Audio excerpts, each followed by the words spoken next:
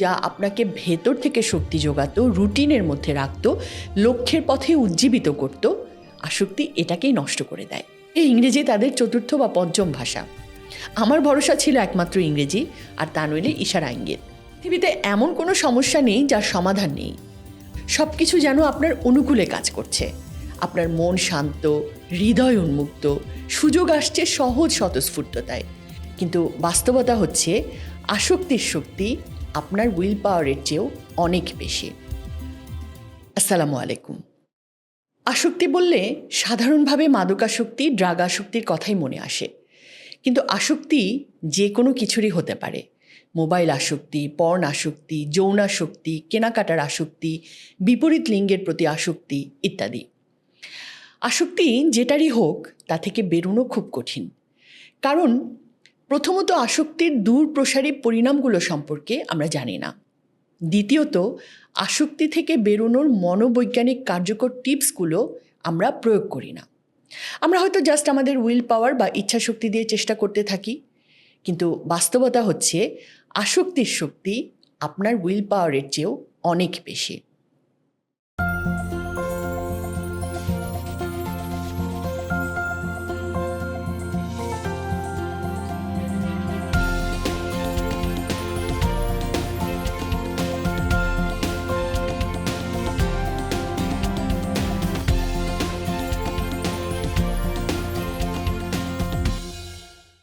আজকে আমরা আসক্তির 5টি পরিণাম নিয়ে কথা বলবো, যা জানলে আপনি নিজের বা অন্যের আসক্তি দূরে একটু হলেও বেশি সফলতার সাথে কাজ করতে পারবেন। কাজেই শেষ পর্যন্ত দেখুন।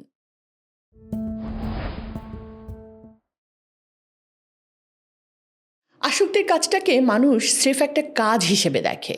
একটা ভিডিও দেখলাম, একটা টেক্সট করলাম, একবার মাস্টারবেট করলাম। বাস্তবে এটা আপনার একটা স্পিরিচুয়াল এক্সচেঞ্জ। প্রত্যেকবার যখন আপনি এটা করেন, আপনি ধর্ম থেকে, নৈতিকতা থেকে, স্রষ্টা থেকে একটু একটু করে দূরে সরতে থাকেন।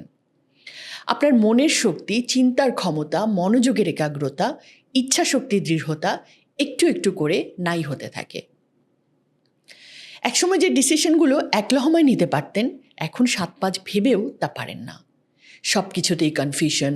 লক্ষ্য যেসব ছিল সেগুলোকে এখন দুঃসাধ্য মনে হয়। আলস্য ও দীর্ঘসূত্রিতার বৃত্ত থেকেও পারেন না বেরোতে।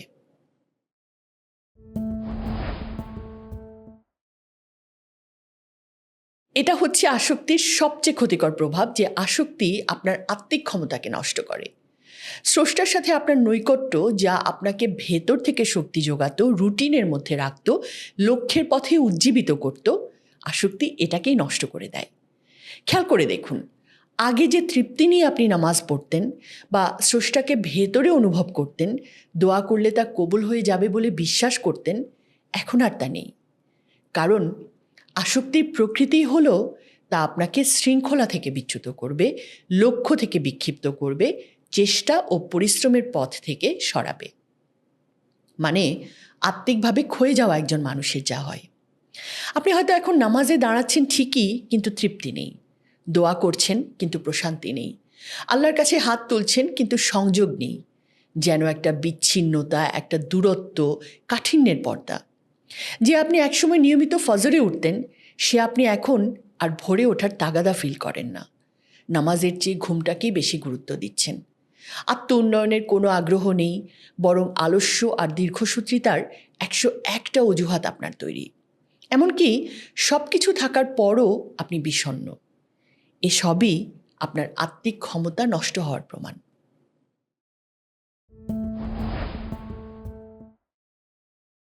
খেয়াল করেছেন কি, যে আসক্তির কাজটা করার পর আপনার মন খুব আচ্ছন্ন আর বিক্ষিপ্ত হয়ে যায়? ভালো কিছু করার, নিজেকে এগিয়ে নেওয়ার কোনো আগ্রহ আর তখন থাকে না। আমার কাউন্সেলিং ক্যারিয়ারের প্রথম দিকের কথা। কেসের সমস্যা খুব মারাত্মক কিছু না, সে জাস্ট একই ভুল বারবার করছে, একই রকম লোকের প্রেমে বারবার পড়ছে। তাকে বোঝালাম যে আপনার সমস্যা প্রেমে পড়া না, আপনার সমস্যা আপনার বর্তমান অবস্থা। বর্তমান অবস্থার কারণেই আপনি বারবার ভুল মানুষদের প্রেমে পড়ছেন। এটা সমাধান করলে আপনার প্রেমে পড়ার সমস্যারও সমাধান হবে।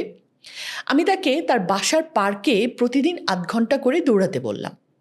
কারণ তার অবস্থা হলো সে ডিভোর্সি।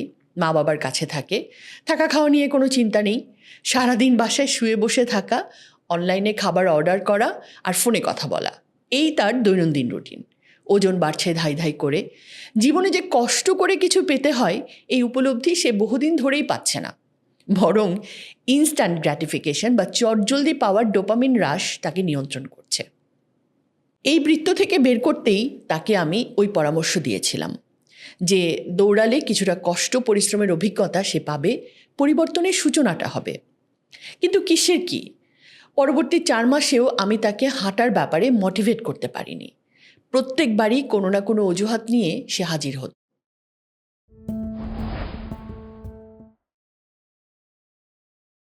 এখন বুঝি আসক্তির কারণে আসলে তার ব্রেনের কাঠামোটাই বদলে গেছে। তার চিন্তা আর তার নিয়ন্ত্রণে নেই। মনোযোগ দিতে হয় এমন কিছুতে সে আর আকর্ষণ বোধ করে না। একটা কথা বলা হয়, যারা আসক্ত তারা ইনস্ট্যান্ট গ্র্যাটিফিকেশন বা চটজলদি পাওয়ার প্রবণতায় আক্রান্ত। দীর্ঘমেয়াদে পাওয়া যাবে বা কষ্ট করে পেতে হয় এমন কিছুতে লেগে থাকা তাদের জন্য কঠিন। আর আমরা যদি দেখি, সাফল্যের শর্তই হলো লেগে থাকা, দীর্ঘমেয়াদী চেষ্টা। ফলে আসক্ত মানুষ আসলে নিজের ভালোটা বুঝলেও সেটার জন্যে নিজেকে উদ্যমী করতে পারে না। দীর্ঘসূত্রিতা, আটকে যাওয়া আর আনপ্রডাক্টিভিটি, এই তার দিনের অনুভূতি। আর এর সব কিছুর আগুনে ঘি ঢালে তার নেগেটিভ আর ওভার থিঙ্কিং। যে যা বলেনি সে সেটাকেই ধরে নেয় যে বলেছে, আর নিজের অশান্তি বাড়ায়।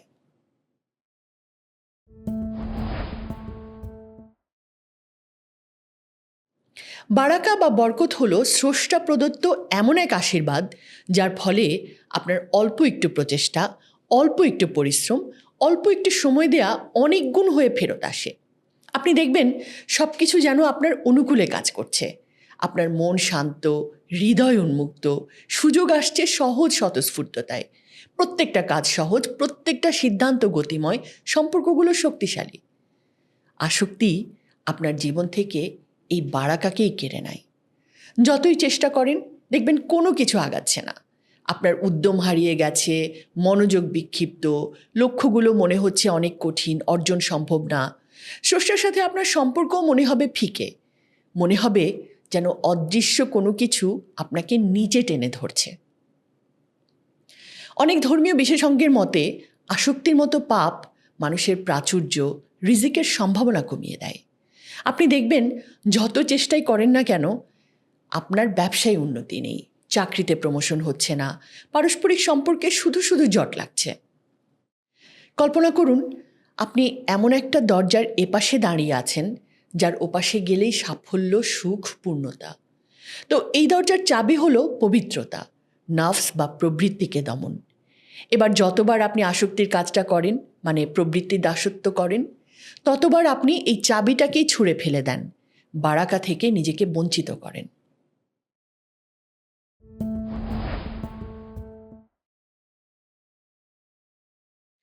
আসক্তি আপনার শৃঙ্খলা ও আত্মসংযমকে নষ্ট করে। শৃঙ্খলা ও আত্মসংযম হলো এমন দুই গুণ যা ইহকাল এবং পরকাল দুই কালেই সাফল্যের শর্ত। শৃঙ্খলা এবং আত্মসংযম আছে বলেই একজন ছাত্র নিয়মিত পড়াশোনা করে, একজন কর্মী প্রতিষ্ঠানের কাজ ঠিকমতো করে, একজন বিশ্বাসী ধর্মাচারে নিয়মানুবর্তী। আর আসক্তি এই দুটো জিনিসকেই সর্বপ্রথম আক্রমণ করে। আসক্তের কাজটা যখন একজন করে তখন সে তার ব্রেনকে যে মেসেজটা দেয় তা হলো তার কামনা তার ইচ্ছা শক্তির চেয়েও শক্তিশালী এবং প্রবৃত্তির কাছে সে অসহায়, ক্ষমতাহীন। সবচেয়ে ভয়ঙ্কর হলো প্রবৃত্তির কাছে হেরে যাওয়া তখন শুধু একটা ব্যাপারেই সীমিত থাকে না, সংক্রমিত হয় অন্যান্য ক্ষেত্রে। ধরুন কেউ পর্নে আসক্ত, যেটা ঘটে তা হলো ওই ব্যক্তির পুরো জীবনের শৃঙ্খলাই এতে ছিন্ন ভিন্ন হয়ে যায়। হয়তো সে ঘন্টার পর ঘন্টা সোশ্যাল মিডিয়ায় বুঁদ হয়ে আছে, আলসেমি বা ক্লান্তির অজুহাতে নামাজ বা প্রার্থনা বাদ দিচ্ছে, অতিভোজন করছে বা অতিরিক্ত কন্টেন্ট কনজিউম করছে, আর এরপর কাজে বা পড়াশোনায় দীর্ঘসূত্রিতা করছে, কারণ জীবনকে এগিয়ে নেওয়ার কোনো মোটিভেশন সে আর পাচ্ছে না। আসলে আসক্ত একজন মানুষের চিন্তার উপর কোনো নিয়ন্ত্রণ থাকে না, এটা চলে যায় খেয়ালের কাছে, প্রবৃত্তির কাছে। আসক্ত মানুষ তাই করে যা তার মন চায়। এ নিয়ে আবার তথাকথিত ফিলসফিও দাঁড়া করিয়েছে একদল মানুষ, সব যুগে সব কালে।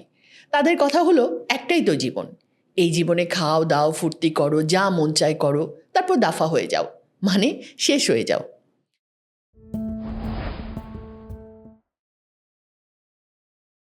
মরক্কোতে আমার একজনের সাথে পরিচয় হয়েছিল। সাহারার এক সারাইয়ের মালিক, বারবার, কিন্তু তার জাতির মতো সে নোম্যাড না। বিশাল টেন্ট হাউস করে রীতিমতো ধনী ভূপতি। লেখাপড়া জানে না, কিন্তু চমৎকার ইংরেজি বলে, সম্ভবত ফ্রেঞ্চ, স্প্যানিশ, জার্মানও বলে। মরক্কোর ব্যাপার হলো আরবি আর বারবার এদের মাতৃভাষা। ফ্রেঞ্চ কলোনি ছিল, স্কুলে ফ্রেঞ্চ পড়ানো হয়, তাই ফ্রেঞ্চ দ্বিতীয় ভাষা। স্পেন প্রতিবেশী, জার্মানি থেকেও প্রচুর পর্যটক আসে, তাই এগুলো তারা শিখেই যায়।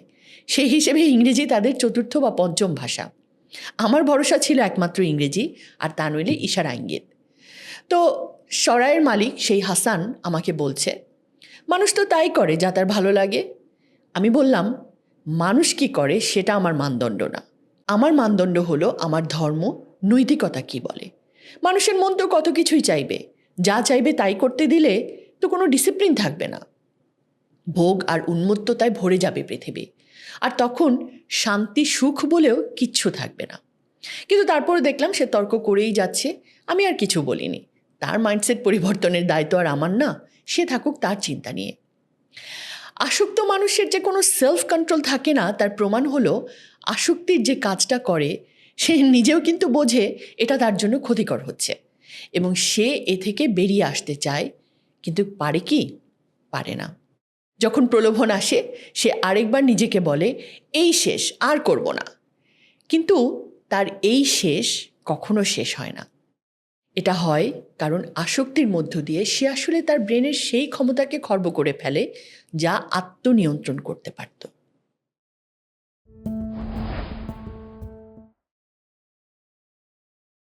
আসক্তির সবচেয়ে ভয়ঙ্কর পরিণতি হচ্ছে এটা আপনার অন্তর্গত শক্তিকে নষ্ট করে, স্রষ্টা থেকে আপনাকে দূরে সরিয়ে নেয়। আসক্তির কাজে লিপ্ত হওয়ার পর যে তীব্র অনুশোচনা, অপরাধবোধ আচ্ছন্ন করে হৃদয়কে, তার কারণে এটি হয়। সাথে আছে উৎকণ্ঠা এবং আত্মিক শূন্যতা। হয়তো খেয়াল করেছেন, আসক্তির পাপটা করার পর মনে হয় যেন সমস্ত শক্তি নিঃশেষিত হয়ে গেল। মন বিক্ষিপ্ত হয়ে যায়, হৃদয় ভারী বোধ হয়। যে কাজগুলো করে একসময় শান্তি পেতেন, নামাজ, কোরআন পাঠ, দোয়া, জিকির, এগুলো আর এখন করতে আপনার ভালো লাগে না। প্রথম প্রথম কিছুদিন হয়তো লোক দেখানোভাবে করতেন, এখন একেবারেই বাদ দিয়েছেন। এটা আসক্তিরই পরিণাম। আসক্তি আত্মাকে এমনভাবে কলুষিত করে যা বেশিরভাগ মানুষই বুঝতে পারে না।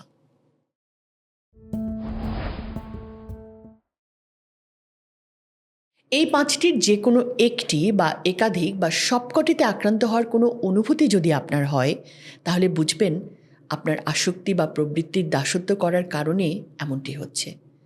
এখন বলবেন কি করব তাহলে? মুক্তি কি নেই? চিন্তার কিচ্ছু নেই। পৃথিবীতে এমন কোনো সমস্যা নেই যার সমাধান নেই। আপনার আগে লক্ষ লক্ষ কোটি কোটি মানুষ এই সমস্যা থেকে বেরিয়ে এসছেন। আপনিও পারবেন যদি আপনি চান। আর আগামী পর্বে আমরা এই সমাধান নিয়ে কথা বলবো। ইনশাল্লাহ সব সম্ভব।